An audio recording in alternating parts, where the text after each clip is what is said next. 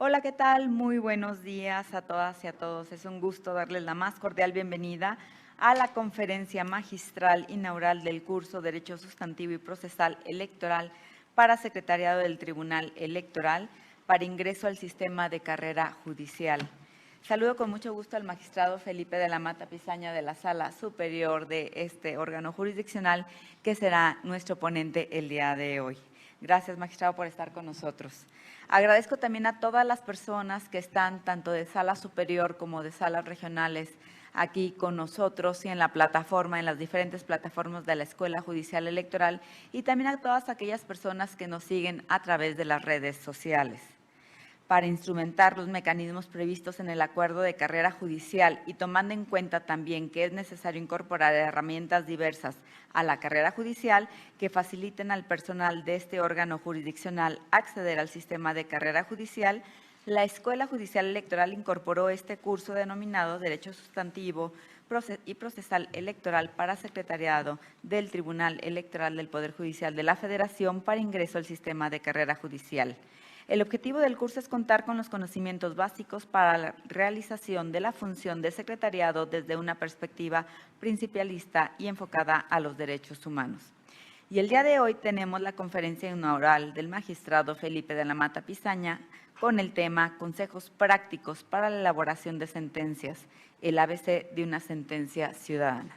Y para recibirlo, les pido le demos un fuerte aplauso, por favor, al magistrado.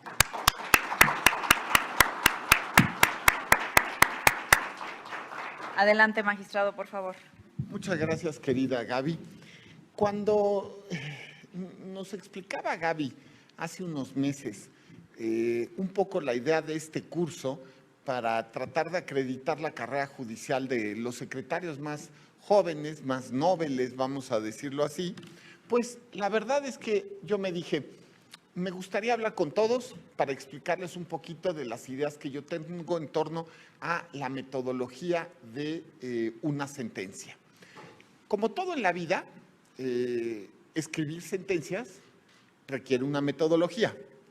Dice Vargas Llosa que el que piensa bien, escribe bien. Y es verdad, no hay que hacerse bolas. Para escribir una buena sentencia, primero debes pensar bien, tener orden. Y eso justo es lo que vamos a hablar y les voy a dar mi opinión personal. Evidentemente, cada quien mata las pulgas como se les antoja, ¿de acuerdo? Vamos a tratar de utilizar esta presentación en torno a esta temática. Me parece que, ¿cuántas personas tenemos en línea? Tenemos 37, perfecto. Entonces, curso 37. Perfecto. Entonces, a ver, me parece que tanto los que se encuentran en línea como los que están aquí presenciales, si tienen interés de hacer alguna pregunta, inmediatamente levantan su mano y la resolvemos. ¿De acuerdo? No esperemos al área de preguntas y respuestas, sino que tratemos de resolverlas aquí mismo. Esto es una cuestión práctica, ¿de acuerdo? Esto es, podríamos tomar 8 cursos en torno a cómo manejar un carro, pero si ustedes no manejan un carro, pues la verdad es que yo no me subiría con ustedes, ¿de acuerdo? Ahora, vamos a ver, este curso tendrá que tratar de que ustedes aprendan a hacer sentencias. Y yo voy a tratar de decirles las ideas generales que tengo. Bueno, comencemos. La primera cuestión que hay que decir es que esto tiene que ser una sentencia ciudadana. No se encuentra en la ley vigente todavía un requisito en torno a una sentencia ciudadana. Y lo digo en la ley vigente, porque en esas paradojas que el destino ha querido para la justicia electoral en los últimos años, la justicia vigente es la anterior, es decir, la anterior al plan B. Pero en el plan B ya se reconoce como obligatorio escribir sentencias con una mejor calidad argumentativa y de transmisión a los ciudadanos, es decir, sentencia ciudadana. Pero por lo pronto el plan B se encuentra suspendido. En los próximos meses se definirá si suspendido para siempre, es decir, ya está durmiendo el sueño de los justos o solamente está echándose un pestañazo, ¿de acuerdo? Ahora, vamos a pensar que el plan B no tuviera una connotación permanente. Y vamos a pensar que este sueño de los justos se mantuviera de manera más o menos permanente. Ahora, importa entonces hacer notar que para que exista una justicia completa, para que se establezca un libre acceso a una justicia pronta, efectiva, tiene que haber una justicia ciudadana, es decir, una justicia fácil de entender. Y esto es muy importante porque por muchos años la justicia electoral fue todo lo contrario. Es decir, yo me acuerdo de algunos compañeros míos, que incluso después serían magistrados, por cierto, que escribían sentencias de un párrafo. Y ustedes van a decir, oh, qué bien, una sentencia de un párrafo, ¿no? Un párrafo, pues debe ser una sentencia súper corta. No, una sentencia de un párrafo porque nunca había un punto y aparte, y eran 300 páginas de un solo párrafo. Era cansadísimo de leer. No existían negritas, no utilizaban subtítulos. Leerlo era de verdad cansado. Revisarlas eran más. Bueno, a ver, vamos a comenzar. No sé para dónde tengo que disparar esto. Allá atrás. ¿Atrás? Bien, Ahí está. ahí está. Esta conferencia va a tener estos elementos básicos. Primero, voy a decirles un poco de la metodología judicial, después un poco de cómo estudiar un caso, recuerden, según mi muy modesto punto de vista, cada quien mata las chinches como quiera, cómo redactar el proyecto de sentencia y finalmente, que me parece que ya es trabajo también de los secretarios y de los magistrados electorales, cómo difundir el contenido de las sentencias. ¿De acuerdo? Va. Bueno, comenzamos diciendo que normalmente se dice que la manera de aprender a redactar sentencias es leyendo sentencias. Así aprendí yo a hacer sentencias. Me acuerdo mucho de las espectaculares sentencias de los magistrados Reyes y Castillo, las espectaculares sentencias de don José Luis de la Pesa, que después incluso redacté, de todos los magistrados de esa integración. Ahora, ¿cuál es el problema de aprender a redactar así? ¿Cuál creen que es el problema? Es muy simple. ¿Cuál creen que es el problema? Bueno, no razonas, efectivamente. Y el problema es que los vicios del pasado no tienes una actitud crítica frente a la nueva sentencia. Es decir, estás aprendiendo copiando el sistema de antes. Y eso hace que no te preguntes si lo anterior estaba bien. A mí me enseñaron eso de considerando resultandos y puntos resolutivos. A ver, sin que siquiera nos pusiéramos la pregunta si era lo correcto. Comenzaba yo los resultandos, por ejemplo, en un asunto que tuviera que ver con, voy a poner un caso, no sé, registro de candidaturas o que tuviera que ver con nulidad electoral y comenzaba. El 1 de enero o el 1 de noviembre comenzó el proceso electoral. ¿Para qué? La pregunta, yo ni siquiera me preguntaba si eso era lo correcto. A ver, la base de una labor judicial adecuada tiene que ser justo, en la cual, primero, identifiquemos, por supuesto, el problema, determinemos si se cumplen los requisitos procesales, interpretar y argumentar. Pero, si seguimos repitiendo lo que hacían nuestros maestros, pues muy probablemente no lleguemos a ningún lugar. Esta tradición de leer sentencias y después hacer lo mismo que nosotros leímos, no funciona. Es decir, funciona, pero no genera progresión en la manera en la cual podemos mejorar las sentencias. Estamos haciendo sentencias como se hacían en el siglo XVIII. ¿Por qué? O sea, díganme por qué. Nada más porque somos abogados conservadores. Pocas profesiones tan conservadoras como las de abogado. Entre otras razones, yo me he puesto a pensar, ¿por qué los abogados somos tan conservadores? Y una de las razones que he establecido creo que tiene que ver con que nos enseñan que hay un paradigma. A diferencia de lo que pasaba, por ejemplo, en Roma, los romanos no les decían, ¿ves la ley? Ese es tu paradigma. Lo que tienes que conseguir es que la ley se cumpla. Y ese es el paradigma, somete tu voluntad a la ley. Si se dan cuenta, eso es la base para crear una psicología conservadora. Vamos a mantener los procesos como se han mantenido siempre. Los romanos, uno de los momentos más exitosos de la historia de la cultura jurídica, partían más bien de lo contrario. Primero porque no había ley. Entonces trataban de resolver de acuerdo el caso, de acuerdo a la razonabilidad del mismo. Y si su capacidad de argumentación era buena, todo el mundo se asombraba de lo que se había conseguido y entonces se copiaban los argumentos porque eran argumentos muy buenos. ¿Ya me doy a entender? Es decir, no te sometías a la voluntad de alguien, no tratabas de conservar ninguna tradición, sino de resolver de manera razonable. Y me parece que esa es la versión por la cual en la modernidad estamos tan sometidos y tenemos una profesión tan altamente conservadora. Ahora, justo, me parece que tenemos que crear una nueva metodología, ¿de acuerdo? Donde partamos no solamente de la respuesta correcta, sino de la explicación adecuada a problemas complejos. Miren, no sé por qué también, los abogados pensamos, de verdad es como una metafísica, un ADN, pensamos que mientras más complejo algo, más fregón. No.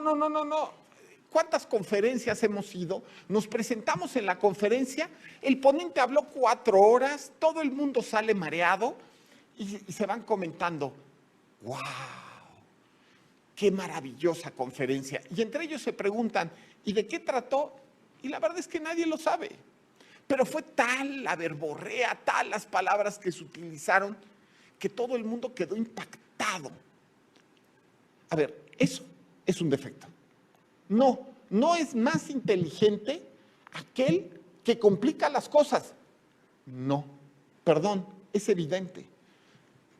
Y al contrario, resulta que los inteligentes son los que simplifican los problemas, los que hacen que todo el mundo ante un problema complejísimo digan, ¡ay, qué fácil estaba!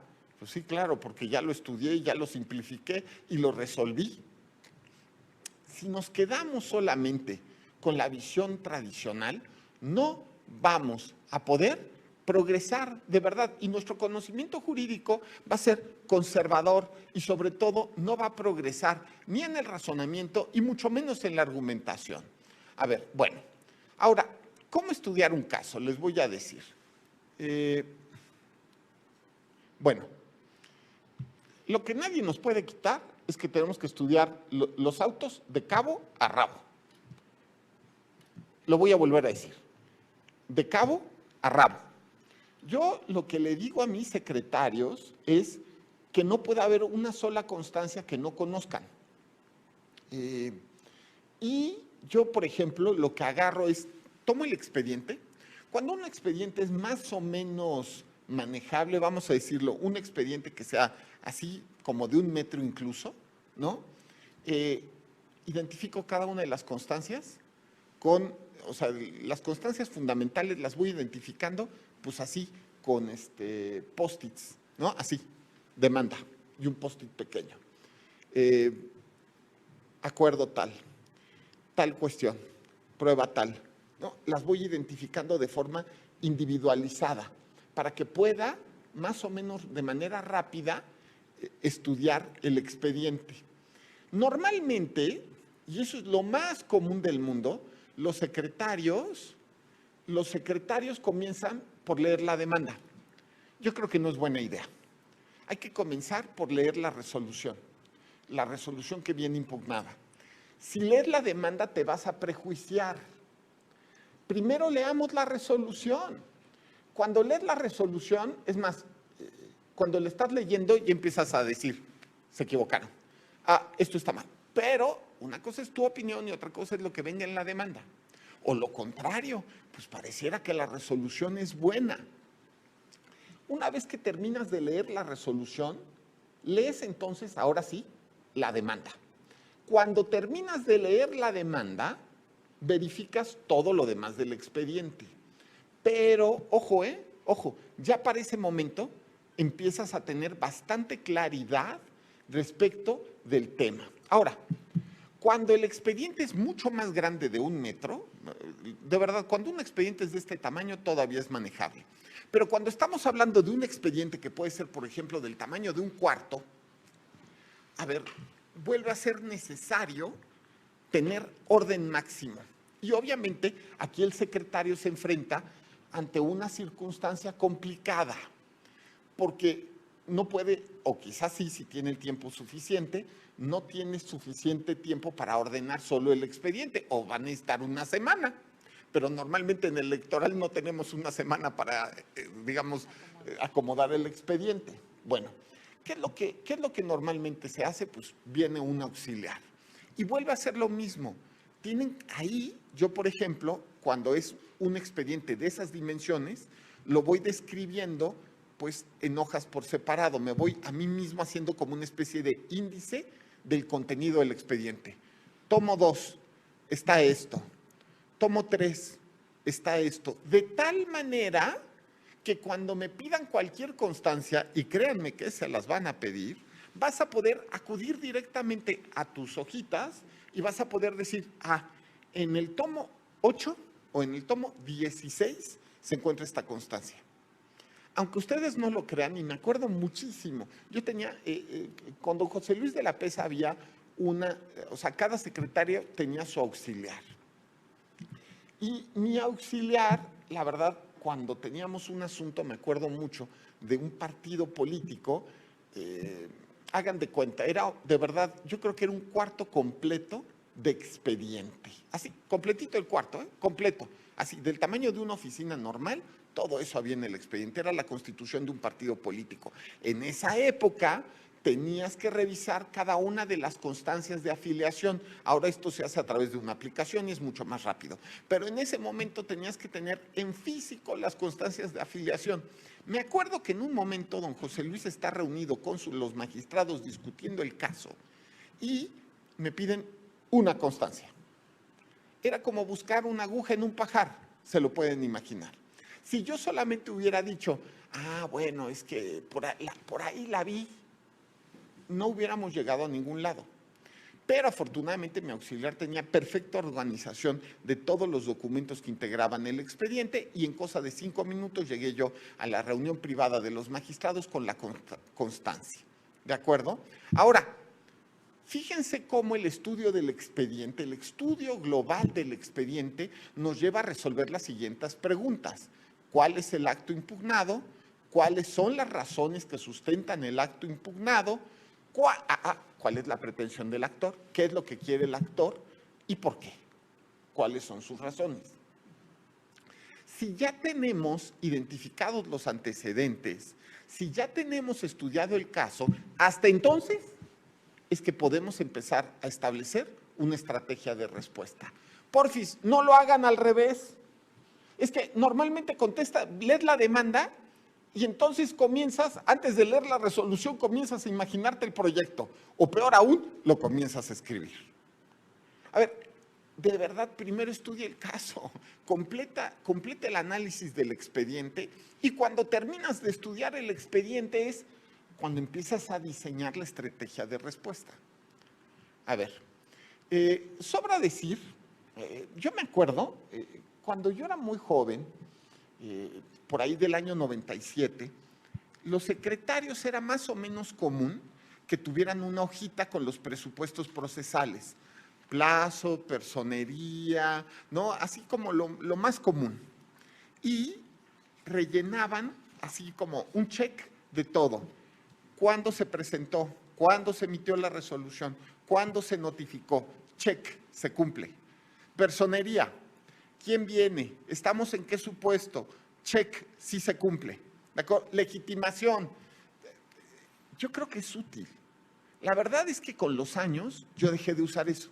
Sí lo usé quizá el primer año de mi vida como secretario, pero la verdad es que con los años lo dejé de hacer.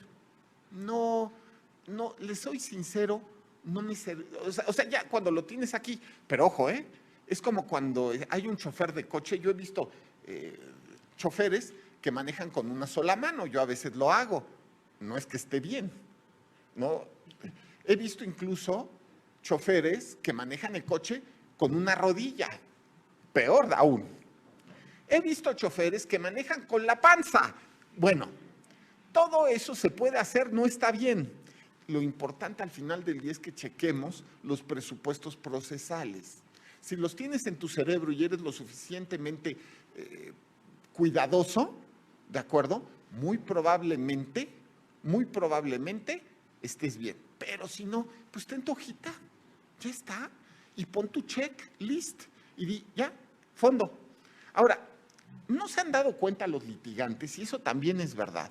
Empiezo a ver que hay una tendencia con los litigantes y me da gusto. De verdad, no sé qué pasaba antes con los litigantes, que eran hojas y hojas de demanda. A mí me parecía que les pagaban por hoja. A ver, me acuerdo de un chiste, pero no hay que dejarlo de ver, que decían que antes los notarios cobraban por hoja. Y entonces llega un notario y le dicen, quiero que hagas una fe de hechos de este cuarto. Entonces llega el notario, encuentra una cama y dice, secretario, tome nota de que veo y certifico que hay una cama. Luego dice, veo un cuadro, ok. Ahora veo una silla y también veo un buró con una lámpara. Pero pues no pasaba de ser un párrafo, 2 párrafos. Y entonces empieza a buscar, ¿no? Y se va abajo de la cama y encuentra un libro y dice, y abajo encuentro un libro que a su vez dice, en un lugar de la Mancha de cuyo nombre no puedo acordarme. A ver, nos damos cuenta que salvo que te paguen por hoja, tienes que estar loco para escribir muchas hojas de demanda o de resolución. Lo importante es responder bien y fácil. Entonces, la demanda, yo también pienso que debería también, hoy día ya los litigantes, pues cambiar su sistema y cambiar un sistema de demandas cortas, con muchas gráficas, con cuadros, de tal manera que sea fácil de entender. Pero bueno, pues cada quien hace lo que quiera. Lo que sí les puedo garantizar, y se los dice, yo fui secretario de Estudio y Cuenta, no sé si 14 años.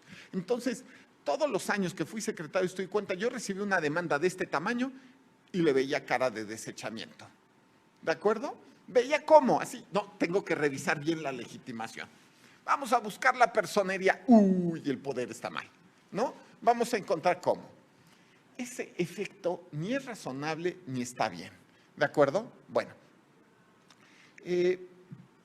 justo,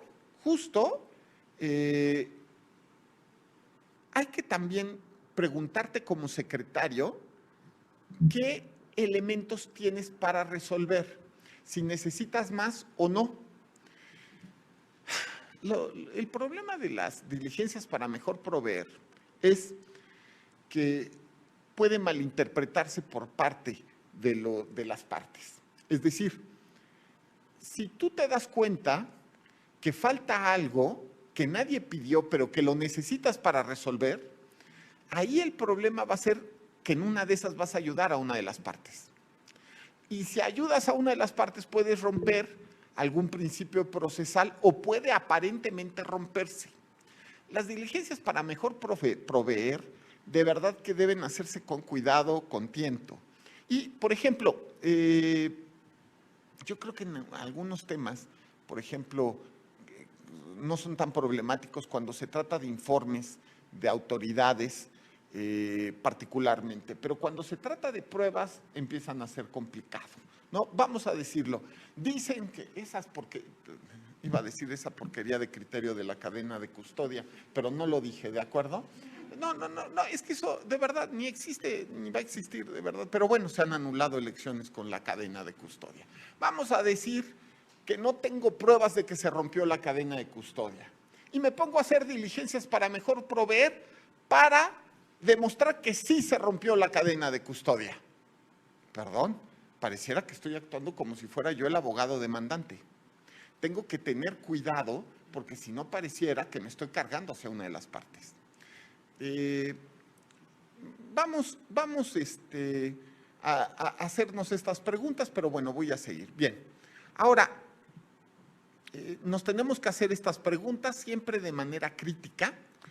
Voy a decirles un tema en cuanto a las pruebas. Yo estoy convencido que lo importante de las pruebas es que se demuestre o no lo que quieren probar. Es fantástico, todas las pocas reglas de análisis probatorio y valoración probatoria que se encuentran en la ley adjetiva, pues son lindas, ¿de acuerdo? Pero a mí me convence la idea de Tarufo. Tarufo, en los últimos años de su vida, estableció que el derecho probatorio, a ver, repito, es que a veces lo único que hay que tener es un poco de razonabilidad. El cumplimiento del derecho ocasionalmente sí es un valor en sí mismo, pero del derecho procesal es solamente un camino para el descubrimiento de la verdad. Entonces, nos tenemos que hacer la pregunta si las pruebas son en realidad suficientes para acreditar lo que dice el actor. Y ahí viene el tema. Alguna vez leí un tema de Tarufo donde dice, incluso tratándose de pruebas ilícitas, puede ser que lo importante sea el análisis subjetivo a cargo del juez. A ver, con muchos asegúnes, pero lo que les quiero decir es, chavos, vean las pruebas, con independencia de otra cuestión, pregúntense, ¿se prueba o no lo que dice el actor? Es que tienen que hacer ustedes, antes de aplicarle todas las reglas procesales que quieran, digan, ¿y si es suficiente o no es suficiente? Pero a ver, sean razonables, ¿de acuerdo? Sí es suficiente, no es suficiente. Ya está. Es que están juzgando. No lo olviden, no están aplicando reglas, están juzgando. Entonces, cuando estén juzgando, pregúntense, ¿se prueba o no? Y ya después vean las virtudes y defectos de todas las pruebas. A mí me divierte mucho la valoración probatoria. Me divierte mucho, porque es bien difícil, perdón que lo diga, en una época de mi vida me consideraba experto en valoración probatoria, es bien difícil y es súper divertida porque acreditar todos los dichos de acuerdo a las reglas probatorias siempre es complicado. Pero aquí viene una cuestión que tenemos que preguntarnos y nunca dejar de preguntarnos. ¿Y las pruebas en verdad acreditan los hechos? De verdad, más allá de la regla de valoración que impone la ley, ¿la prueba admite o no, digamos, una conclusión específica? Bueno, ahora, ya estamos avanzando. Nos empezamos a preguntar, entonces, la temática de cómo resolver. Y aquí es donde todo, fíjense cómo en este camino, en torno al estudio del expediente, nos lleva al final del día a cuál es el derecho aplicable. Miren, nuevamente estamos ante un tema de ideología. Decir que el juzgador no tiene ideología, bueno, en fin, hay gente que dice eso. Pero por supuesto que hay una ideología constitucional, una ideología procesal, una ideología argumentativa. Entonces, hecho eso, ¿a qué me refiero? Al sometimiento en torno al precedente. Tendrás en su caso que analizar los precedentes para determinar cuál va a ser, vamos a decirlo, lo que en inglés se llama la ley del caso. Por supuesto, lo que dice nuestra ley, pero en el electoral cada día más ha existido en los últimos años un desfase entre las leyes y la realidad. Entonces, en realidad, si ustedes están de acuerdo conmigo, estamos mucho en precedentes. ¿Por qué? Porque además hemos tenido otro desfase. Una cosa es lo que dice la Constitución y otra cosa es lo que dice la ley. Y también hay un gran desfase. Entonces, hemos tenido que ir a los precedentes que son los que en realidad están resolviendo los temas. Ahora, tienen que preguntarse de verdad si el precedente resulta o no aplicable. Porque créanme, muchas veces dicen, este precedente es idéntico, debe resolverse igual. Hace un par de días estaba yo en una conferencia donde un economista dijo, ¿cómo puede ser que la Sala Superior haya resuelto de manera diferente este precedente? Y yo le decía, El economista es bastante listo, ¿eh? O es sociólogo, ya no me acuerdo. Pero a ver, demostró que es un gran economista. Podemos tener ante un mismo caso sentencias iguales, por ejemplo, si la demanda se presentó tarde. Podemos tener ante un mismo caso sentencias no iguales, por ejemplo, si en una los agravios son inoperantes y en la otra no. Podemos tener incluso soluciones diferentes si nos damos cuenta que en realidad el precedente no es del todo igual. Por ejemplo, en ese precedente que decía, los agravios del precedente habían sido de interpretación constitucional, mientras que en los de resolución actual eran estrictamente de legalidad. Entonces, los agravios eran muy distintos y se podía hacer otra interpretación. Si yo estoy diciendo no debes aplicar la ley porque la ley resulta inconstitucional, pues eso es lo que vas a estudiar. Y vas a decirle, si le dices no, no es inconstitucional, se fregó. Pero si dice no, la ley es constitucional, pero lo que quiero es que la apliques interpretando de otra manera respecto de este caso en particular. Y dice, sí, sí se puede y hasta es razonable. Ya me doy a entender. El análisis del precedente es cada día en derecho electoral más importante y tiene que ser concienzudo y claro. No es suficiente con el estudio de la resolución del precedente.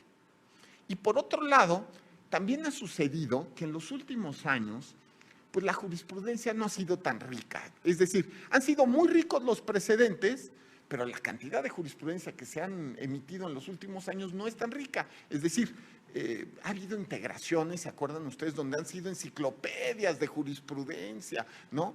Esta vez no es tanta. No estoy diciendo que sea mejor o peor uno u otro, solo estoy diciendo que pareciera que sí son el estudio de precedentes la manera en la cual tenemos que ir resolviendo los casos electorales. Y eso significa, yo les recomiendo a los secretarios de estudio y cuenta que lleven una libretita o un documento en Word con los precedentes que vayan recordando. Precedentes que tienen que ver con nulidad de elección. Precedentes que tienen que ver con interpretación de tal artículo, ¿no? Así. Y que estén sacando, y conforme vayan sacando asuntos, lo tengan claro. A ver, de verdad, cada día estoy más convencido que esta materia, por ahora, y quizá durante el próximo año y medio, es decir, hasta que no haya una gran reforma electoral, que yo creo que habrá para 2025, la verdad, a ver, seguirá haciéndose con base en los precedentes. Ahora, ya terminamos de estudiar el expediente. Ahora sí ya saben cómo se va a resolver. ¿De acuerdo? Pero también se tienen que hacer preguntas. ¿Se trata de un grupo en situación de desventaja? Si se trata de indígenas, puede haber suplencia total del agravio. Pero también tratándose de temas que tienen que ver con cuestiones femeninas, también con cuestiones de colectivo LGBTIQ+, también con cuestiones que tengan que ver con discapacitados, personas con discapacidad, ¿de acuerdo? Todos esos pueden tener fórmulas especiales para la suplencia de la queja. Entonces, tienen que hacerse la pregunta. Ahora, yo les voy a ser sincero. Yo creo, me acuerdo de un caso que tuve cuando el magistrado Luna Ramos era mi jefe. Llego con un tabique, ¿no? Y eso que el magistrado Luna Ramos, de verdad, además de que es un gran tipo y una gran persona y un gran profe y todo lo que quieran, yo me tenía paciencia. Porque llego y le entrego un tabique así. Oiga, aquí está todo estudiado del tema. Oye, qué bien. Empieza a revisar y me dice, a ver, no entiendo, ¿estás supliendo agravios? Sí, estoy supliendo agravios, porque se ve que el actor en realidad quería esto, pero dijo lo otro. Ok, y está supliendo agravios, ¿y cuál es la consecuencia? Que es infundada la suplencia. Claro, me decía, o sea, ¿cuál es la lógica entonces de suplir? Es que, ya me va a entender, o sea, ¿para qué suples si no es para darle la razón? O sea, si no es como si tú solito te hicieras preguntas y tú solito te las respondieras, ¿no? Pues no es un libro. Yo cuando suplo es porque voy a dar la razón, si no, no. ¿De acuerdo? Creo que eso es importante. Si vas a suplir, debe quedarte muy claro hacia dónde vas, pero también, si vas a suplir, debes saber que estás rompiendo también con un principio procesal importante, porque te estás cargando hacia una de las partes. Entonces, debes saber que lo que vas a hacer, perdón que lo diga así, es para el bien de todos, para todas las personas que se encuentren en ese supuesto. Por eso es que la suplencia es muy razonable tratándose de grupos que pertenezcan a grupos en situación de desventaja. La suplencia en otros casos, sí, no está mal. La suplencia de los agravios en los términos generales de la ley no está mal. Pero repito, si le vas a dar la razón, si no, ¿para qué? Ok. Bueno, tienen que hacerse preguntas en torno a los efectos. Ya creo que voy a revocar, creo que voy a confirmar. Y háganse preguntas, nuestras leyes, de verdad, algún día habrá, no todo puede ser irracional todas las veces, ni todo estará mal todas las veces, ni todo el futuro es malo y el pasado fue mejor, esas son tonterías. A ver, llegará un momento en que haya una reforma electoral racional. Llegará el momento en el cual alguien que sí sepa electoral haga una reforma electoral. Quizás sea en 70 años, pero llegará. Cuando eso suceda, van a quitar que las sentencias solo revocan, confirman y modifican. Y entonces pondrán justo que puede haber también garantías de no repetición y también fórmulas de reparación integral. Eso que hoy día la Sala Superior, por cierto, en los últimos años, ha sido una cosa de los últimos años, ya lo ha establecido cuando se violan derechos humanos, por supuesto que la sentencia no solamente va a revocar, confirmar o modificar, sino en su caso va a identificar la lesión al derecho humano y establecerá fórmulas de reparación integral del daño y garantías de no repetición en torno a ese derecho humano. Eso, por ahora, es totalmente prudencial porque pues, no se encuentra en ley, ¿de acuerdo? Y el tema de cumplimiento de la sentencia, que bueno, ya eso es patológico, pero bueno, en fin, prefiero de eso no hablar. Bien, cuando has terminado de estudiar el caso, entonces mi recomendación es que te hagas preguntas en torno al mismo. Yo por ejemplo, escribía mucho a mano e iba escribiendo a mano así como reflexiones. Veo esto en la demanda, veo esto en la sentencia, checo esto en esta prueba. Me gustaría, creo que necesito una diligencia para mejor proveer.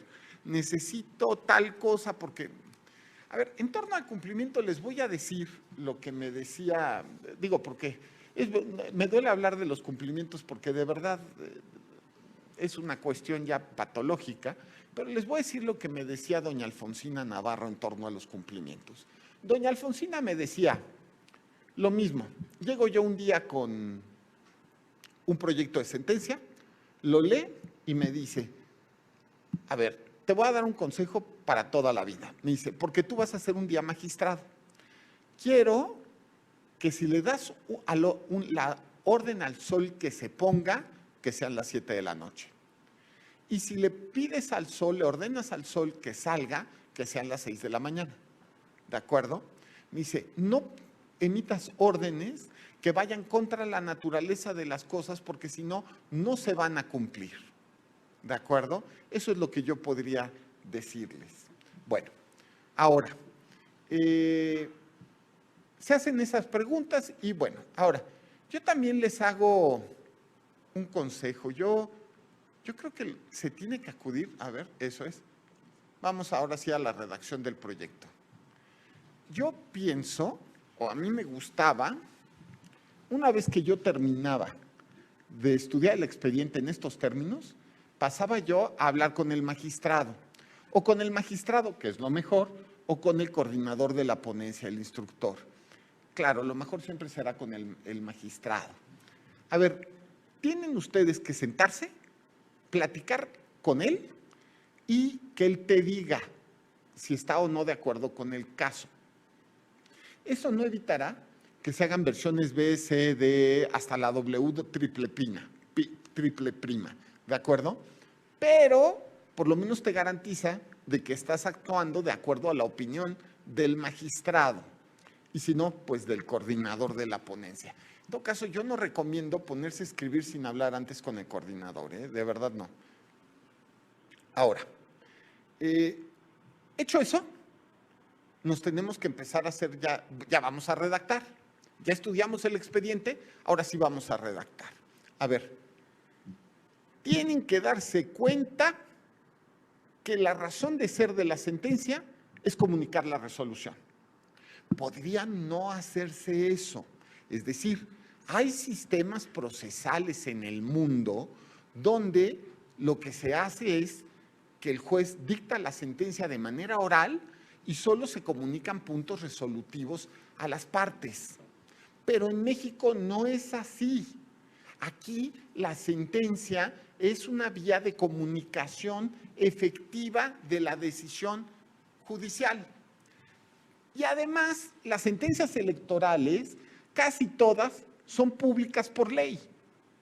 Si es así, resulta que deben ser comprensibles a todas las personas, no solamente al actor.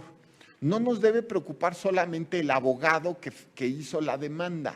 Nos tiene que preocupar todas las personas que lean la sentencia. Bueno, entonces, recuerden la regla. ¿Quién escribe bien? Aquel que piensa bien. Estructúrense. Esto es muy importante. Estructúrense.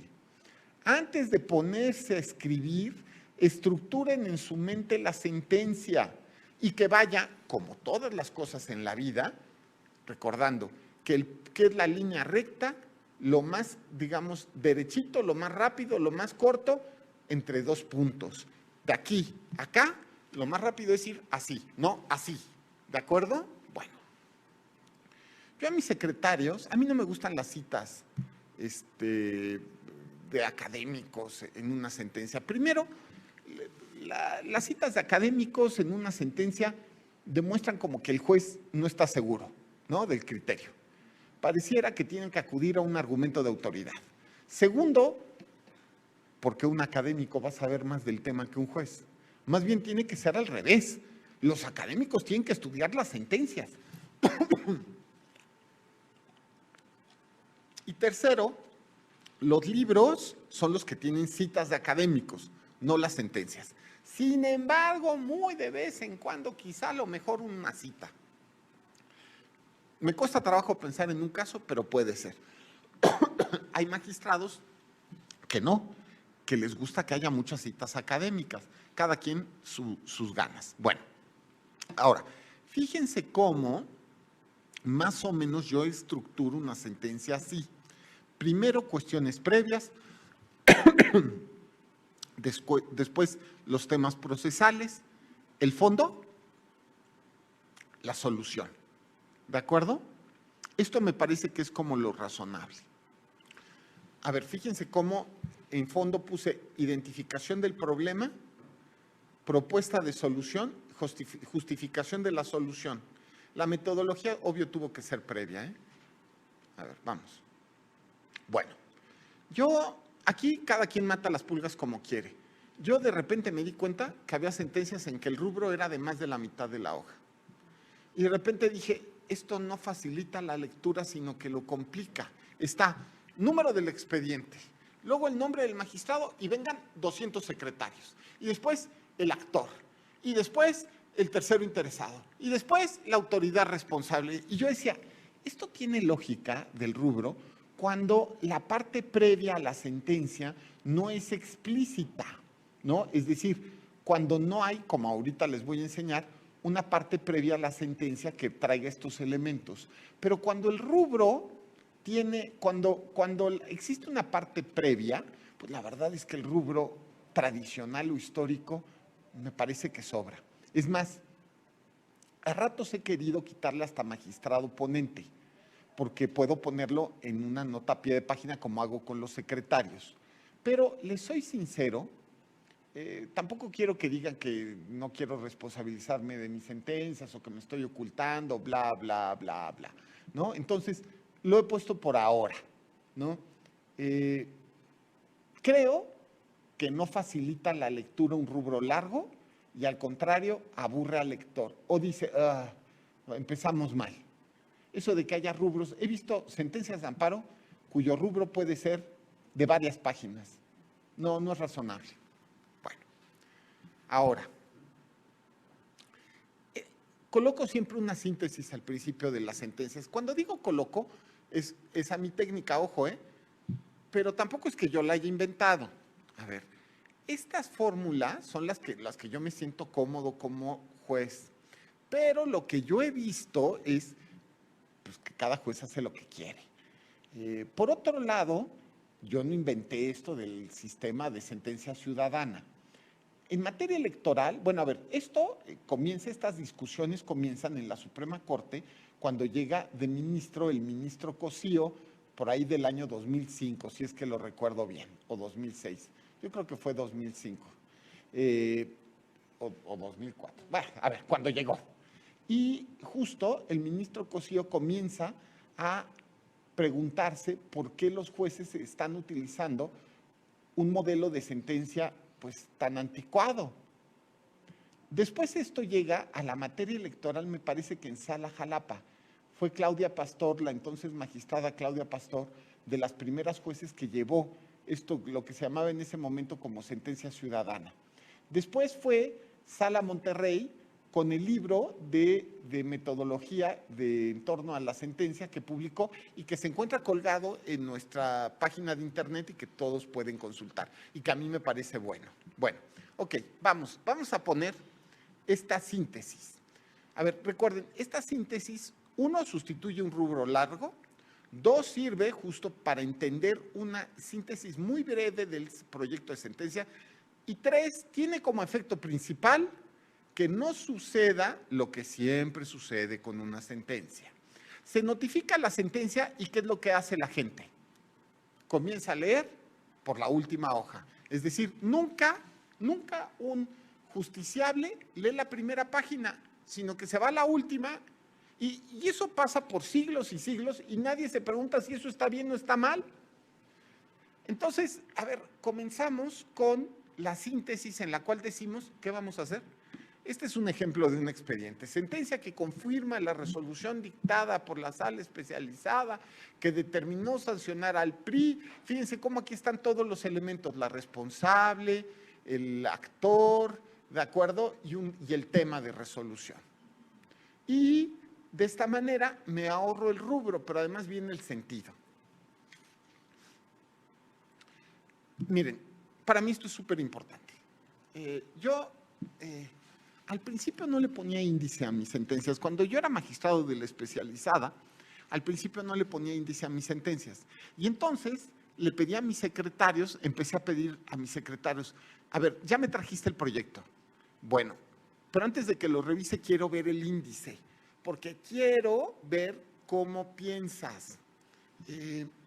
Yo normalmente, si veo un índice bueno, pienso que la sentencia está bien.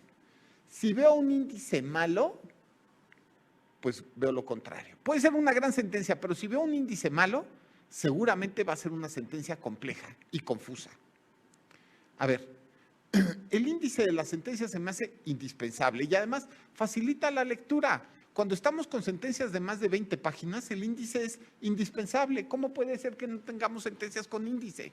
¿De acuerdo? Bueno, y entonces abandonemos ya también, creo, esto de resultandos, considerandos y puntos resolutivos y a mejor hablemos de antecedentes, ¿de acuerdo? El tema de competencia, en su caso la acumulación, requisitos de procedencia, el estudio de fondo, estableciendo ahí justo la manera en la cual, fíjense, síntesis de los agravios, porfa, ya no transcribamos. Después, fijación de la litis. Esto es bien difícil, porque ustedes deben tener la inteligencia. La litis normalmente se puede fijar a través de preguntas.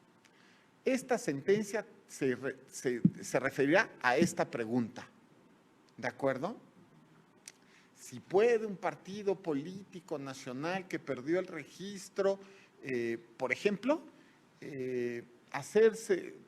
obtener un registro estatal si cumplen nada más con municipios y no con distritos, por ejemplo. Si hay elementos suficientes para anular la elección de municipio de tal.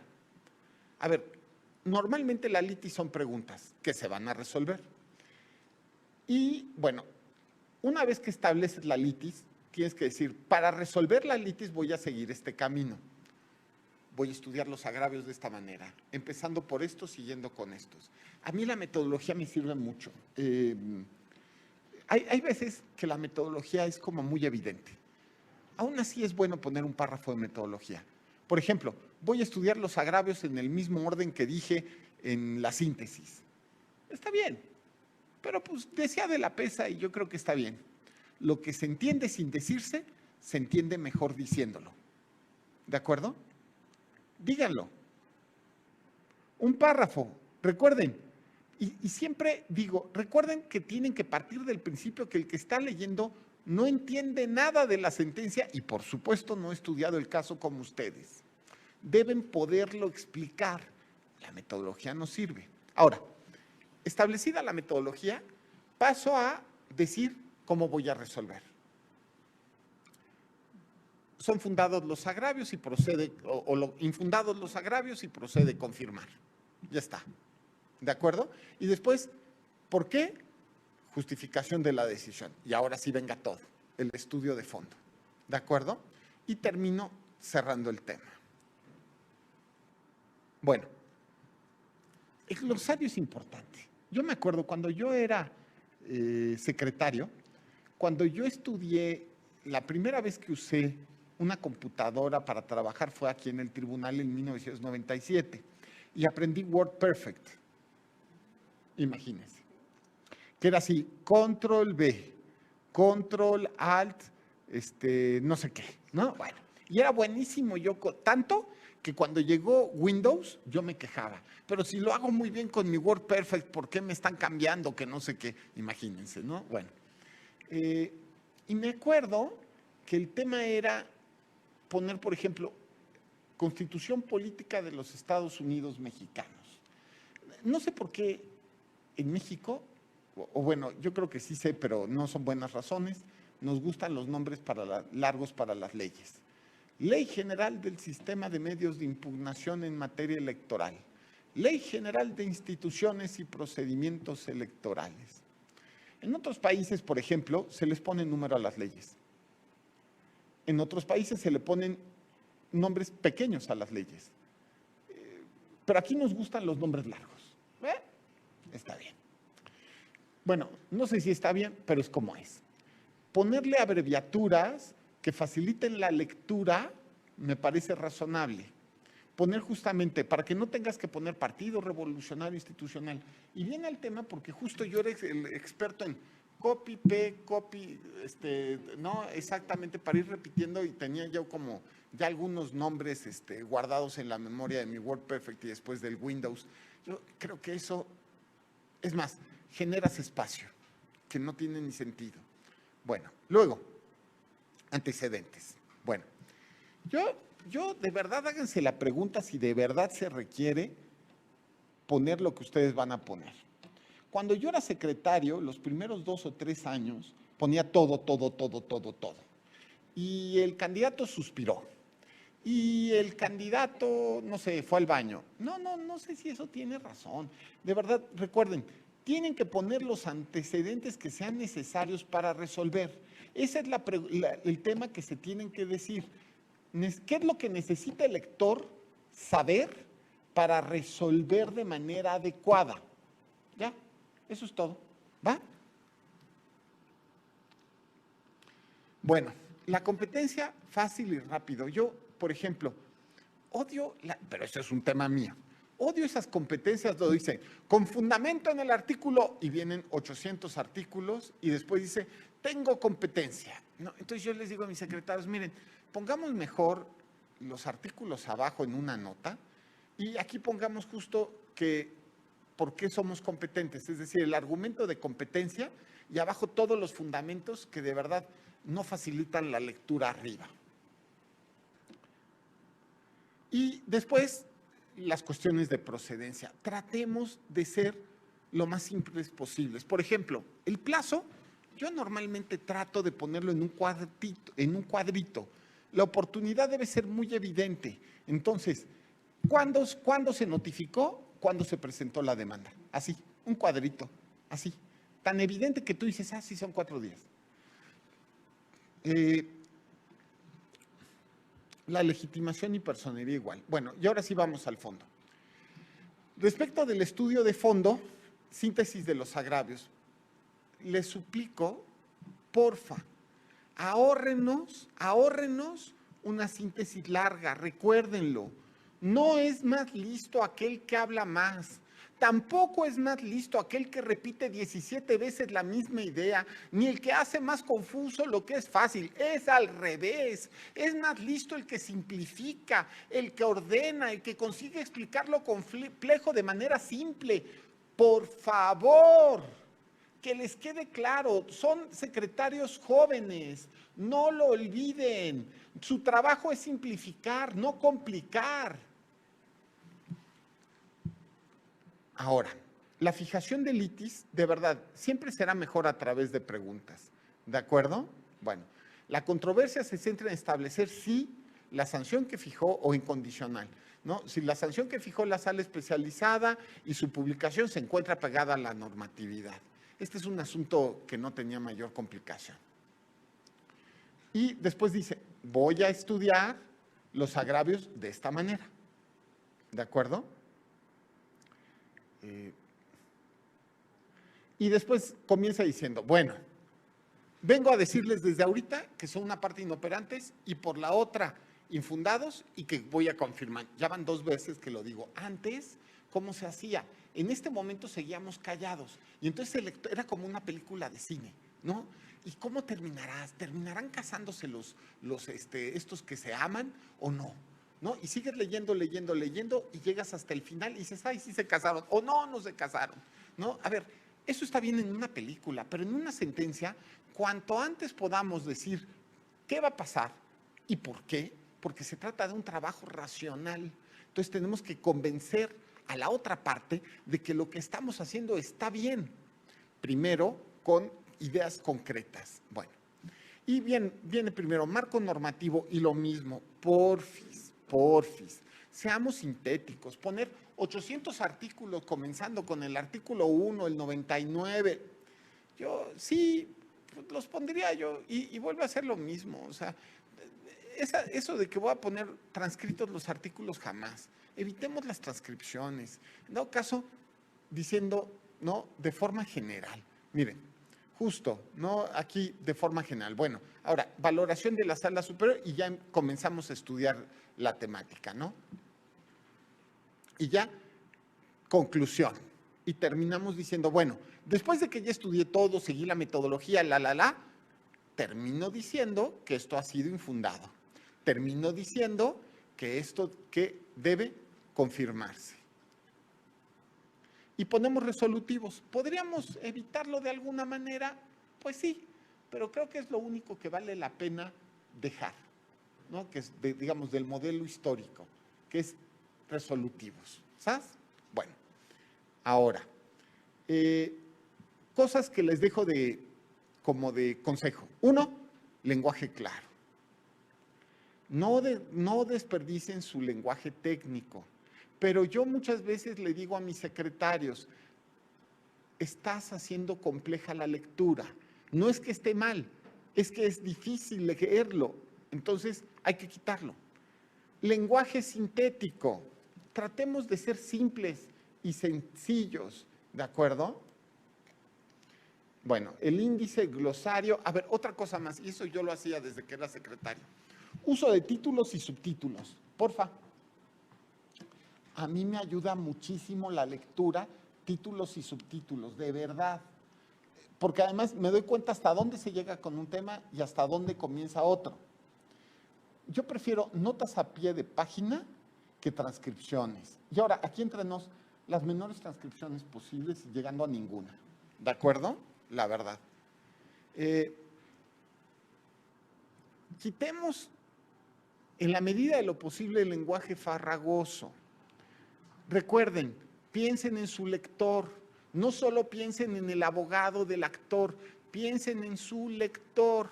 Si es fácil de entender para cualquiera, ya sé que esto es como algo que a los abogados no nos han diseñado para hacerlo.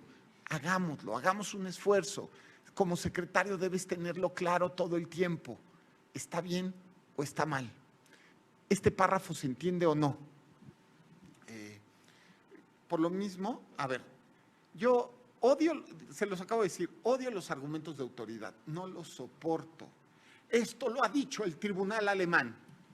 Y somos un landero, ¿por qué vamos a aplicar el tribunal alemán? Es que son más fregones los alemanes. Vergüenza nos debería dar que necesitamos la autoridad del tribunal alemán. Pues ¿qué? ¿Porque son güeros son mejores? A ver, tenemos que dar los argumentos claros, ¿de acuerdo? A ver, si son buenos nuestros argumentos, algún día en Alemania escribirán un libro acerca de nuestras sentencias. Así de claro. A ver, tratemos de buscar justamente los menos, por ejemplo, temas de derecho comparado. A veces se necesita, pero de repente, así, 1 en 1000, ¿de acuerdo? Tratemos de hacerlo menos posible. No se trata de un libro académico. Las sentencias resuelven un caso, ¿de acuerdo? No es para demostrar qué culto es el magistrado. El secretario es cultísimo, ha leído el tribunal de Hawái. Bueno, ahora, yo también les recomiendo, esto es importante, que usen muchos puntos y apartes. A ver, recuerden esto, una idea, un párrafo. Si tienen 2 ideas, pongan 2 párrafos. A ver, porfis, en judicial, los párrafos de una hoja no ayudan. Una idea, un párrafo. Recuérdenlo. Otra cosa más. Esto me lo dijo el magistrado Reyes Zapata hace muchos años y tenía toda la razón. Cuando estés redactando, a ver, Góngora y Argote, 1, ¿de acuerdo? Todas esas ondas de voltear el sujeto, el objeto, el predicado, esa es hermosísima, los poemas barrocos del siglo XVI y XVII, pero todo ha evolucionado. Sujeto, verbo y predicado. A ver, y además, más allá de eso, puede ser, pero ustedes no quieren escribir poemas. ¿Qué quieren escribir? Sentencias. Sujeto, verbo, predicado. Una idea, un párrafo. Y cuando estén redactando, recuerden, sujeto, verbo, predicado. Es que es tan evidente, pero a todos se nos olvida. Empezamos de repente a echar el predicado atrás, el verbo adelante, terminamos con el sujeto y dices, a ver, oblíguense. Puede ser que suene bien, pero de verdad complicas la lectura. Bueno, ahora viene lo último, que es con lo que cierro esta conferencia, en torno a la comunicación de la sentencia. Si tú crees que tu chamba termina con la sentencia, quizá ya te estás equivocando. Me parece que hoy día es parte, por ejemplo, yo con mis secretarios y desde la sala especializada tenían la chamba de proponerme también infografías. A ver, antes que otra cosa, síntesis de sentencia. En la propia sentencia pongo un material gráfico. Todas mis sentencias tienen este material gráfico. Para mí es útil. Creo que para el actor también. La idea es, en una sola página, el actor, cuando se le notifique su sentencia, va a entender qué pasó. Así. ¿Ya lo ven? Algo así. Todas mis sentencias comienzan con algo parecido a esto. Voy cambiando los formatos. Ahorita creo que tengo un formato un poco más moderno. ¿No? A ver, muy simple y muy fácil de entender. Una página, ¡pum! No pueden ser 2 páginas de síntesis. Es gráfico y en una sola página. Bullets, ¿de acuerdo? Se le está notificando su sentencia, comienzas con eso y así de rápido. Y esto se cuelga en internet para que esto sea más o menos rápido. Ahora, infografías. Bueno, yo creo, de creencia, de no sé, que todavía es útil que los jueces estén en redes sociales. lo digo en esos términos. No estoy seguro que la experiencia en redes haya sido tan útil como yo pensé que iba a ser. Me parece que han pasado ya varios años desde que comencé a usar redes. Yo creo que fue en la sala especializada, así que han pasado 9 años. Y la verdad es que no estoy del todo conforme con lo que ha pasado. ¿Se acuerdan la fábula de la rana y el escorpión? De que le pide el escorpión a la rana que lo deje pasar el río, que lo lleve al otro lado y que el escorpión le pica a la rana y se mueren los dos y la rana le dice, pero ¿por qué me has picado si nos vamos a ahogar los dos? Y el escorpión le dice, es que es mi naturaleza. No podemos pedir a los políticos que actúen de otra manera diferente a lo que hacen, hacer política, whatever that means. Es importante hacerlo notar porque no va a haber en ellos ni racionalidad, ni ética, ni contención. Entonces, van a hacer y utilizar los materiales gráficos de los jueces para tratar de joder al tribunal y al juez, incluso hasta vengarse. Yo sobra decir, porque quizá lo han visto, que en algunas sentencias mías he tenido 1,600 amenazas de muerte en mi Twitter, ¿no? Con mi foto, pero no soy yo, porque en esas amenazas sí estábamos 4 de mis compañeros. Hemos tenido infografías donde los políticos empiezan a gritar a las masas, ¿no? Esta es la porquería, donde hay un traidor a la patria. Yo no estoy seguro que esa deslegitimación, repito, los políticos no van a actuar ni de manera racional, ni de manera justa, ni de manera prudente, ni de manera mesurada, porque no es su naturaleza. Es el juez el que tiene que actuar de esa manera. No sé si esta sea una especie de incitación a la deslegitimación de la actuación de los jueces. En los hechos sí que ha pasado, pero no lo sé.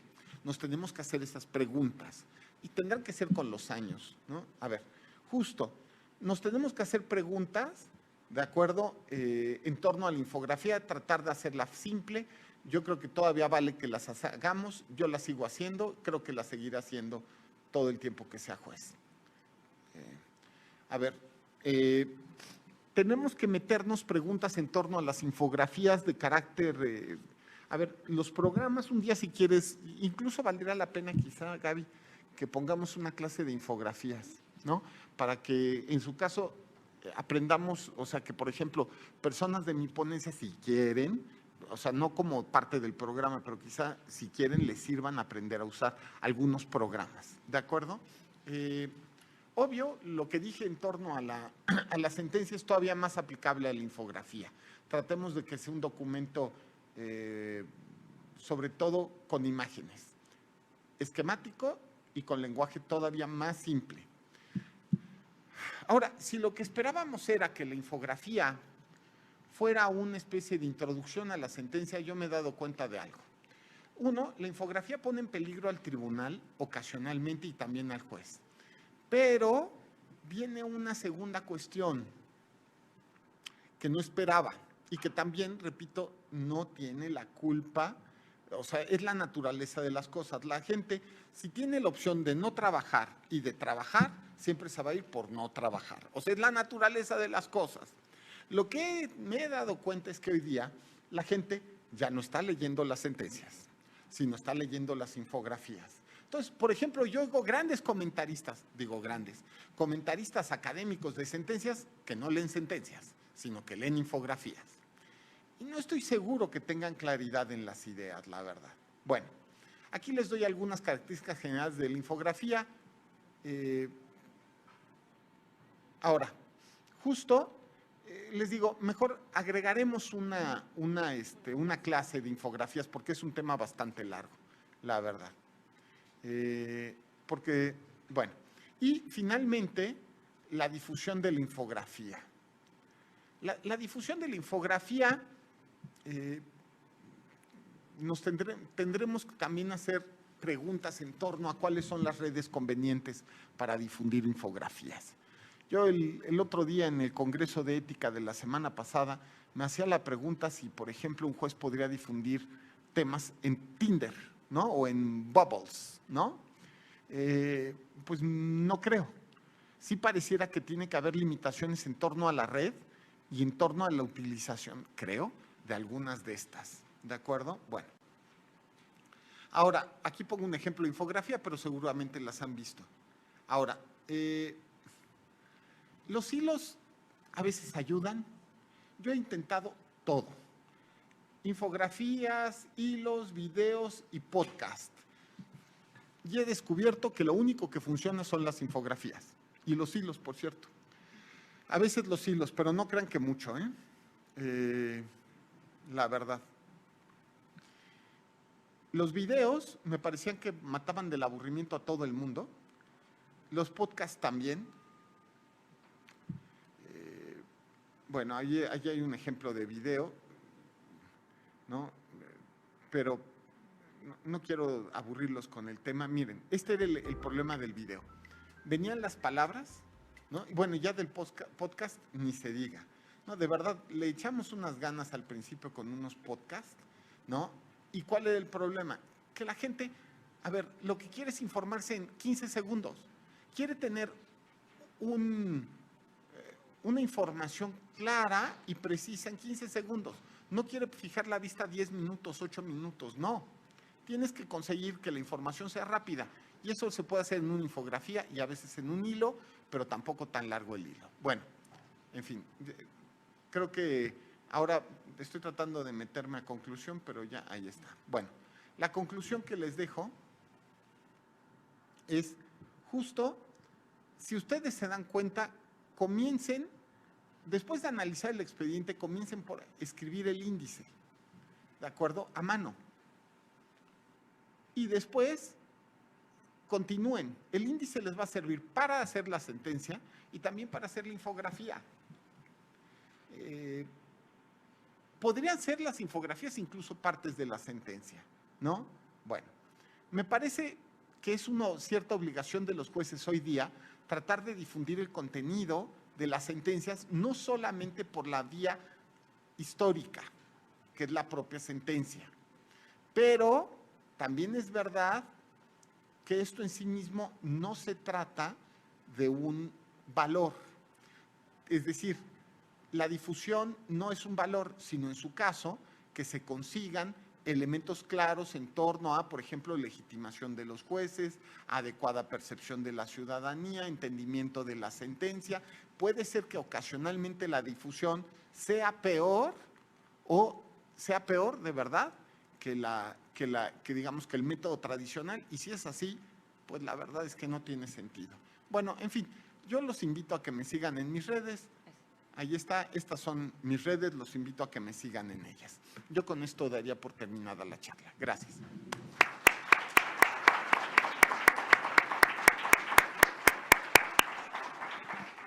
Muchísimas gracias, magistrado. Excelente ponencia y bueno, vamos a abrir el periodo de preguntas y respuestas, tanto para los que están aquí presentes en el aula como los que se encuentran en plataforma. Levante su mano quien guste preguntar, comentar. Alex.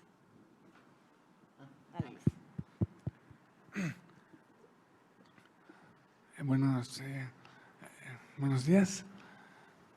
Solamente con una pregunta. He visto algunas sentencias, sobre todo las de la Corte Interamericana de Derechos Humanos, que tienen numerados cada uno de los párrafos. No sé si sea algo conveniente también numerar los párrafos. A ver, yo creo que si la sentencia es muy larga, sí conviene. Si tampoco hay muchos subtítulos y títulos, también conviene.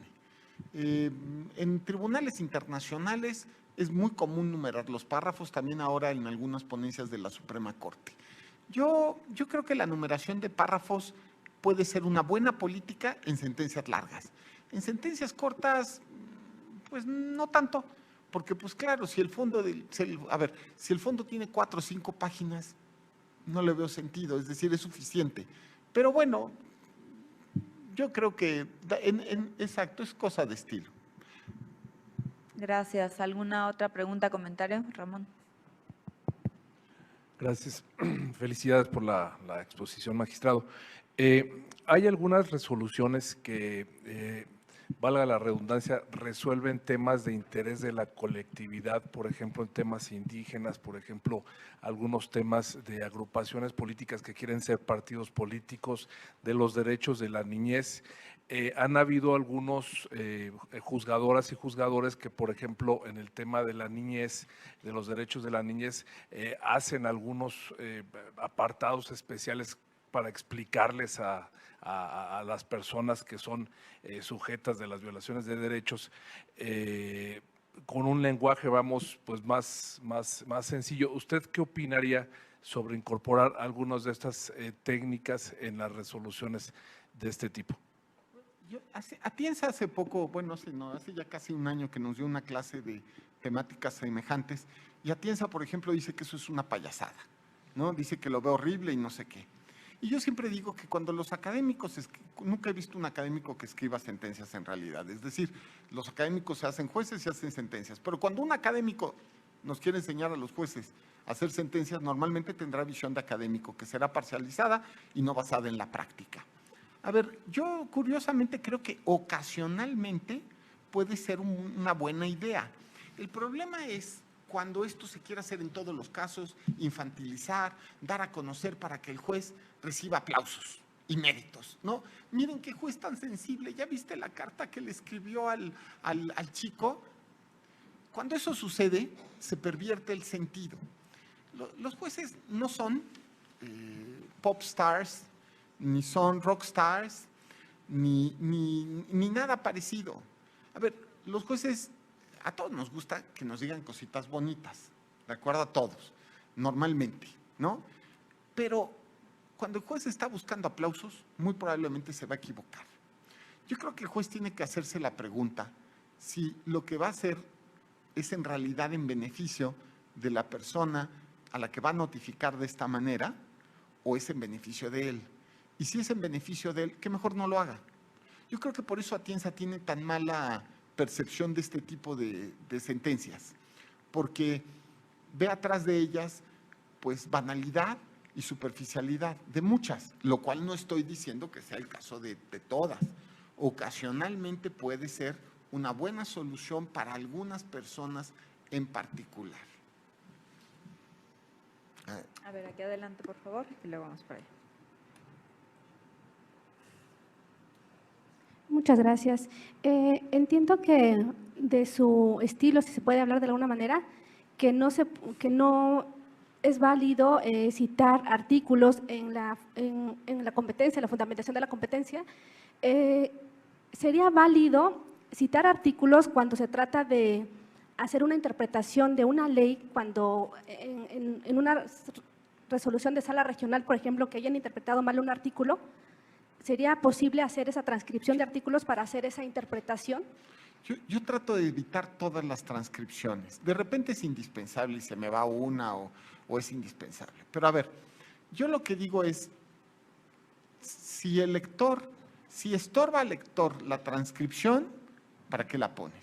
Si ayuda al lector, ponla. Pero aún así no la pongo en la parte del fondo, ya, sino que la pongo en nota a pie de página. Para que el lector, si es abogado, puede leerla rápidamente, o sea, la sabe. Y si no es abogado, pues lo lee abajo, ¿no? Yo, de todas formas, lo que tienes que decir es, por ejemplo, cuando estás estudiando, el artículo tal señala y nada más lo que te interesa, ya sin transcribir, lo cual puede ser incompatible con el artículo tal que señala y nada más lo que te interesa. Y si quieres transcribir, pues ya está, ¿no? Pero anota de pie de página y de preferencia no. Solo si es indispensable. Allá, por favor. Gracias. Gracias, magistrado, por la ponencia. Dos preguntas. En el tema de la síntesis de los agravios, bueno, no sé cuál sea su opinión, pero a mí me parece que hay veces que conviene pues, no hacer una paráfrasis porque ha ocurrido, ¿no? Llega a ocurrir que uno puede hacer la síntesis de los agravios en un párrafo, o en 2 o en 3 bullets, y cuando uno acude a la demanda, dice, pues esto no lo dijo así, ¿no? Es decir, hay muchas veces que nosotros tratamos de limpiarle un poquito, pero que en realidad a veces, por ejemplo, cuando se trata de inoperancias, pues lo conveniente es, así lo puso, ¿no? O sea, a lo mejor me voy a llevar media página más, pero mejor dejo las palabras del actor como vienen para que se vea que la inoperancia es porque es verdaderamente inoperante esto. No sé si eso, o sea, a lo mejor a veces por ganarnos o ahorrarnos media página de una sentencia que va a ser de 16 va a terminar siendo 17, pues puede ser benéfico, ¿no? Y la segunda es en el tema de las jurisprudencias. Creo que en el tribunal hemos caído en las jurisprudencias se citan por rubro, pero en realidad hay muchas veces que la jurisprudencia es el rubro una cosa y la carnita, ¿no? Se puede dar uno cuenta que a lo mejor no es aplicable al caso en específico. No sé si sea la misma opinión que tiene usted de los artículos. A lo mejor el artículo es un poco más claro y puede acudir, pero en las jurisprudencias sí usted ve conveniente poner también rubro y texto. Gracias. A ver, la primera cuestión en torno a las transcripciones. Hay que decir que yo me acuerdo mucho del magistrado Luna. Salvador Nava, en Sala Superior, fue de los primeros magistrados que empezaron a adoptar un formato parecido a este. Cuando Salvador Nava empezó a hacer esto, que es discípulo del ministro Cosío, que también fue de los primeros magistrados electorales que lo trae a cuento, Salvador empezó a dejar de transcribir. Y yo me acuerdo que el magistrado Luna me decía, esto es terrible, es horripilante que no transcriba. Y la razón era la que usted me acaba de dar, ¿no? Se puede hacer mal la síntesis de los agravios, después, y curiosamente el magistrado Luna también decía, la sentencia es para la gente de afuera, lo importante es que lean la sentencia. Yo llegué a tener, mi sentencia más larga que tuve, recuerdo que era una gubernatura, pero no me acuerdo de qué estado.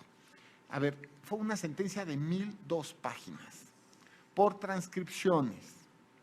Se pueden imaginar que esto no es razonable. Ahora, cuando estamos hablando de la síntesis, no se excluye de que los secretarios revisen que la síntesis sea correcta. Es decir, afortunadamente en el tribunal todos tenemos acceso a todas las demandas, ¿no? Por la vía electrónica. Y la segunda es, en su caso, que verifiquemos si están bien hechas, ¿no? Ahora, si el secretario no lo hace, pues estará fallándole a su jefe, ¿no? Ahora, pasa lo mismo con la jurisprudencia. No creo que sea un mejor tribunal, un tribunal que saca mucha jurisprudencia, ¿no? Así. Me parece también que el formato de jurisprudencia histórico ha quedado nos ha quedado cortos y nos ha quedado a deber. Esta fórmula de jurisprudencia histórica, de verdad, no. Los que aplicamos muchos años jurisprudencia y que llevamos muchos años estudiando jurisprudencia, nos damos cuenta que, a ver, me dejan muchas dudas porque pareciera una formulación judicial de normas abstractas, lo cual sería absurdo. Se trata en la aplicación de casos concretos de realidades hechas en abstracto, cuando tú después te das cuenta que los precedentes ni siquiera sirven para, digamos, llegar a la conclusión de la jurisprudencia, mucho menos del caso que quieres aplicar. Y sobre todo es una onda muy mexicana. O sea, la verdad es que en ningún lugar del mundo existe un sistema de jurisprudencia por precedentes tan malo, bueno, que yo juzgo que es malo, como el que históricamente se ha tenido. Me parece que con el tiempo los jueces mexicanos, y conforme pase una renovación generacional, los jueces mexicanos abandonarán ese sistema de 3 precedentes y saco una norma abstracta, ¿no? O 5 precedentes y saco una norma abstracta, para mejor ir a un sistema donde estudias las sentencias, que es lo que se hace en cualquier lugar del mundo, cabe decir. Estudias la sentencia y por lo tanto el precedente. Ahora, por lo pronto, mientras sigamos teniendo las normas abstractas estas que sacamos a través de rubro y a través de fórmulas abstractas ya de contenido, pues creo que lo mejor es hacer justo esto, es decir, primero solo poner el rubro, cuando no existe contradicción, como dice usted, con la carnita. Y si no, pues poner el rubro y la carnita que te sirve para resolver el caso, ¿no? E incluso transcribir a pie de página si es indispensable. Tampoco me cierro a que ocasionalmente, pero es así, de vez en cuando haya una transcripción. Ahora, de verdad, yo creo que tiene con el tiempo que desaparecer este sistema. Los jueces no tienen por qué hacer normas abstractas. o sea, en relación con casos específicos que después quieren aplicar a todos los casos que parecen iguales, porque además solo parecen, porque en realidad nadie sabe si en realidad son iguales. El sistema tiene que ser caso por caso, precedente por precedente, y entonces estudias el precedente y dices, este sí resulta aplicable, que es mucho más difícil porque hay que leer más sentencias. Pues ¿quién dijo que esta carrera era fácil, no? Pero bueno, todavía eso no pasa, todavía, pero creo que vamos un poco en el camino, ¿eh? Ahí va, ¿no? ¿Sí? Abelardo.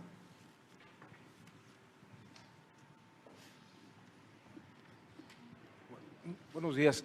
Primero agradecer la exposición, magistrado. La verdad es que fue un deleite escucharle. Le quiero hacer una pregunta y bueno, tal vez es una pregunta dividida en dos partes. Yo alguna vez cuando pretendí hacer una carrera de secretario, me regalaron un libro del magistrado Marroquín sobre cómo redactar una sentencia. Y 3/4 partes del libro estaba llena de silogismos, pero además silogismos confusos, mal explicados. O sea, la verdad es que yo creo que uno no aprende a hacer una sentencia ahí. Y a mí, yo lo que me he dedicado a hacer en los últimos años de mi vida es a leer sentencias para estudiar sentencias. Y hay un mito, a mí me parece que es un mito, pero quisiera ver cuál es su opinión, porque nunca mencionó usted nada de esto en toda su exposición. El famoso silogismo jurídico del que nos hablan en la argumentación, en el que se transcribe la premisa mayor, que es transcribir la ley, pero transcribir no es argumentar en realidad. Entonces yo quisiera preguntarle, ¿hasta dónde continuar con esta idea, que a mí me parece que es un mito, el famoso silogismo en la redacción de una sentencia? Sí, bueno, a ver, habría que decir que las técnicas de resolución han ido evolucionando en las últimas décadas. Es decir, antes, por ejemplo, la Suprema Corte pedía que para que un agravio, y estoy diciendo antes cuando yo era secretario, la Suprema Corte decía que para que un agravio fuera operante, es decir, que pudiera ser estudiado, lo que tenía que hacer era contener un silogismo jurídico. Entonces yo decía, qué bendición, no viene premisa mayor, premisa menor, conclusión, ¡puf! Inoperante el agravio. Y yo decía, ¡fuf! ¿No? Ya. Luego se pasó al sistema de causa en el pedir. Claro, esta no fue una conferencia de argumentación, pero yo lo que diría es, yo voy a decir que las fórmulas racionales no necesariamente van a ser las fórmulas filosóficas. Cuando oigo tantas clases muy inteligentes en torno a todos los silogismos. Yo me acuerdo en la escuela judicial de la época, yo creo que en 2004 trajeron más o menos, porque nunca, la verdad es que es en los últimos años en que hemos traído las especialidades de España y que los secretarios obtengan la constancia española. Antes se contrataba la especialidad española y el centro de capacitación te daba la constancia. Entonces era menos atractivo a mi juicio. Pero bueno, me acuerdo que tomé todo el curso de Atienza, aunque me dio la constancia el centro de capacitación. Me pasé, no sé, 4 o 5 meses tomando cursos, entre otras cosas, con las cuestiones que tienen que ver con lógica jurídica. Yo creo que las reglas de la lógica aplican y son racionales y todo está muy bien.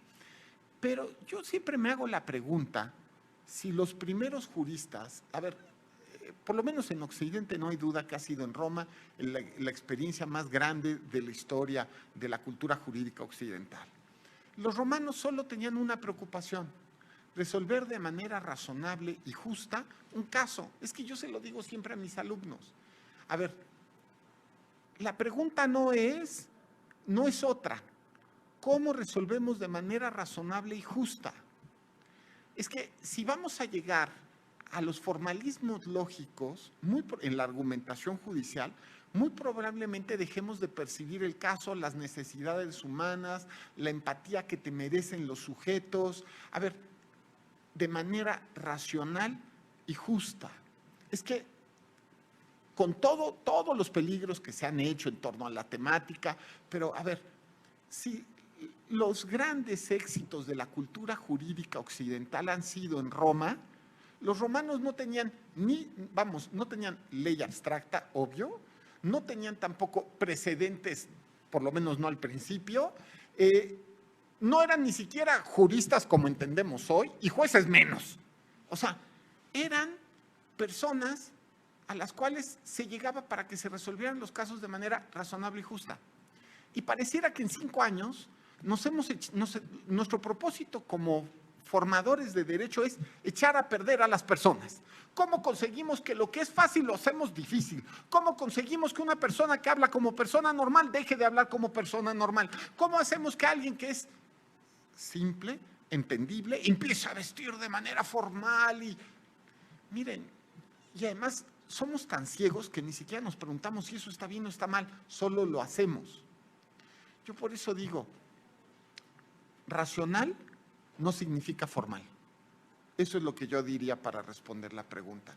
Y no nos debe dar miedo, incluso ocasionalmente romper la formalidad lógica si es que es racional. Por ejemplo, el caso me acuerdo del caso de Tanetze, del magistrado Luna, donde él lo que hace es decir, voy a hacer suplencia total en los agravios. Y con eso estaba demostrando empatía en relación con la circunstancia de pobreza social y cultural en las que existía en esa comunidad y por lo tanto la imposibilidad de acudir a un abogado. En ese caso, pues era muy difícil hacer cualquier razonamiento lógico porque no había, con base en la norma, porque no había norma. Así de claro. Ya. Habría algún principio, pero norma no había. Es más, hoy día no hay norma para casos semejantes. Ya hay jurisprudencia que creemos que es norma, pero no debería ser norma, pero bueno, ¿qué hacemos? ¿Va? ¿Alguien más? ¿O en plata? Allá, Jesús.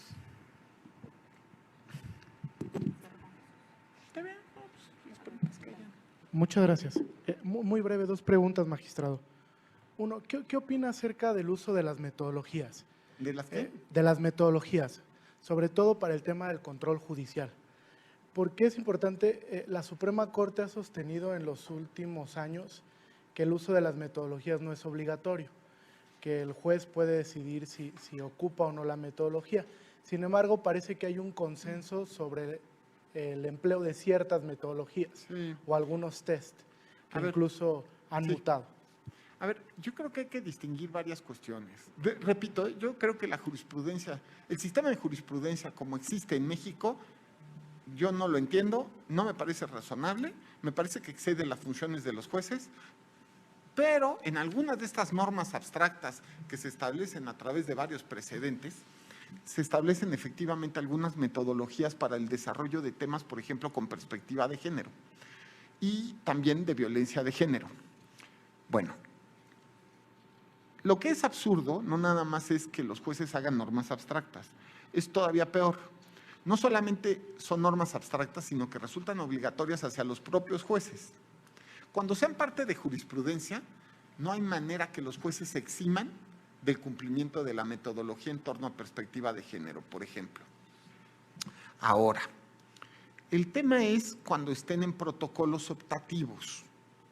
Yo creo que los protocolos, si están bien hechos, son genéricos y buscan sobre todo la sensibilización, ¿de acuerdo? Es decir, lo que se pretende es que el juez se sensibilice con este tipo de problemáticas y sirve para decir ideas que a alguien le parecen razonables. Y efectivamente, la utilización de protocolos no es obligatoria, pero yo diría que es una base fundamental. Les voy a contar un caso en el cual a mí me sirvió mucho el protocolo. A ver, en el año 2015 se emitió la primera sentencia que bajó un spot de televisión por violencia de género, que fue de la sala especializada, por eso me acuerdo. Obvio, no había reglas en torno a violencia política de género. No había ni normas, ni precedentes, ni nada. ¿Qué había entonces? Un protocolo, que era el protocolo de sala superior en torno a violencia política de género. Y la verdad es que en esa ocasión, que no teníamos nada, nos sirvió bastante el protocolo. Ojo, y nada es nada, nada, ni precedentes. La pregunta que nos tenemos que hacer nuevamente es, si sí nos sirve o no nos sirve el protocolo. Y repito, yo lo que empiezo ya a decir es patológico, es el populismo judicial, donde el juez quiere ser rockstar, quiere ser estrella, ¿no? Que todo el mundo donde vaya caminando le aplauda. No se puede. La chamba de juez es más bien lo contrario. Quedas mal con todo el mundo y te odian. Y las partes, si pueden, se van a vengar y lo van a hacer. A ver, ustedes lo han visto. Las sentencias de sala superior lo han evidenciado. Y como nuestro público son los políticos, pues se lanzan, ¿no? Sobra decir, hasta tweets han inventado, ¿no? Para golpear a magistrados. A ver, si la aplicación del protocolo es solo con fines de popularidad del juez, el juez se va a equivocar. Que eso también es lo que he visto. Hay ocasionalmente en que puede ser lineamientos que sin ser obligatorios sí son muy útiles. Y otras ocasiones en las cuales pueden no ser útiles. Yo de todas formas pondría un párrafo diciendo por qué me separo en esto del protocolo. De todas formas, ¿no?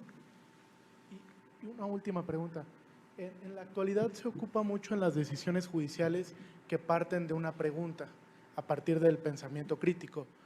¿Cómo evitar que esta pregunta pueda caer en una falacia de pretensión? O sea, que reduzca la pregunta a algo que ni siquiera me están preguntando en el caso. A ver, yo le digo a mis secretarios que los casos normalmente se resuelven con una pregunta, normalmente. Los casos más difíciles pues serán 2, ya exagerando 3, ¿no? Yo creo que tiene que ver con la metodología, curiosamente, porque al final del día la pregunta que vas a resolver efectivamente es la litis principal, pero eso no significa que a su vez no tengan varias subpreguntas. No hay que dejar de ver que la pregunta principal es solamente un indicativo de trabajo.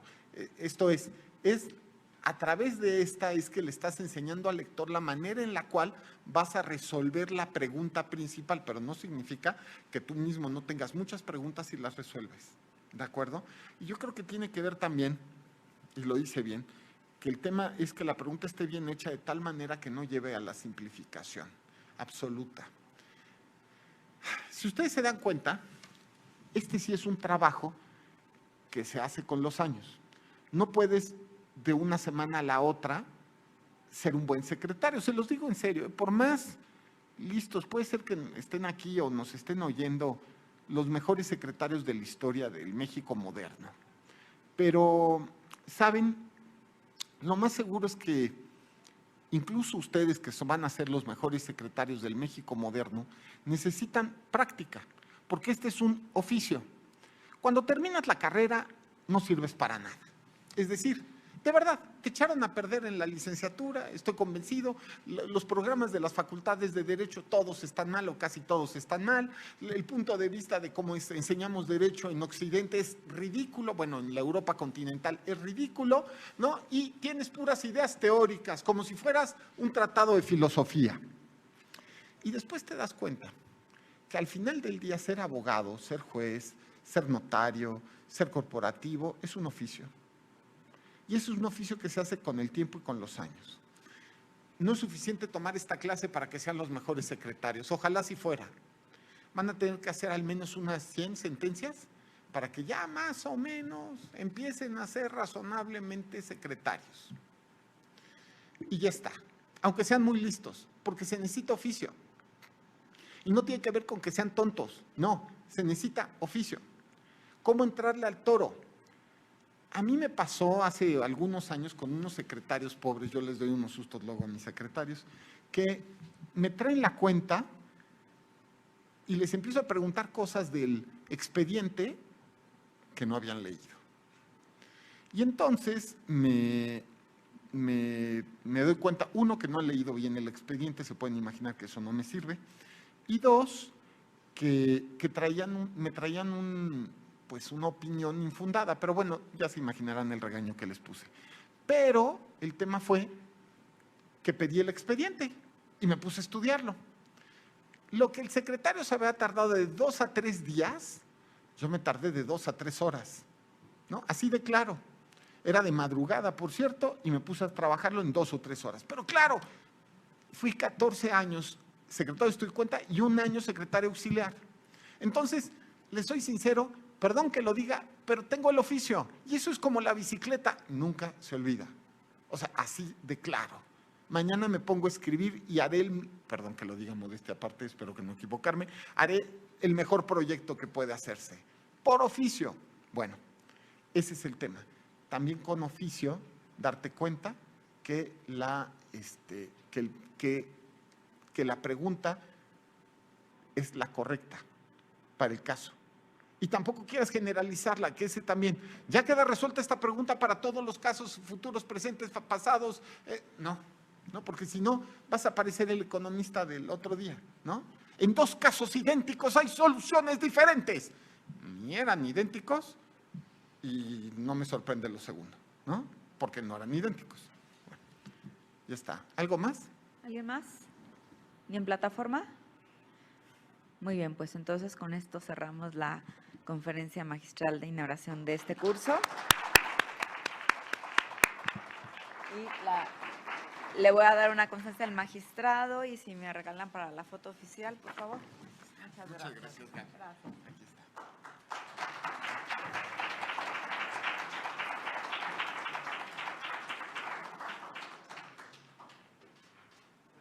Gracias.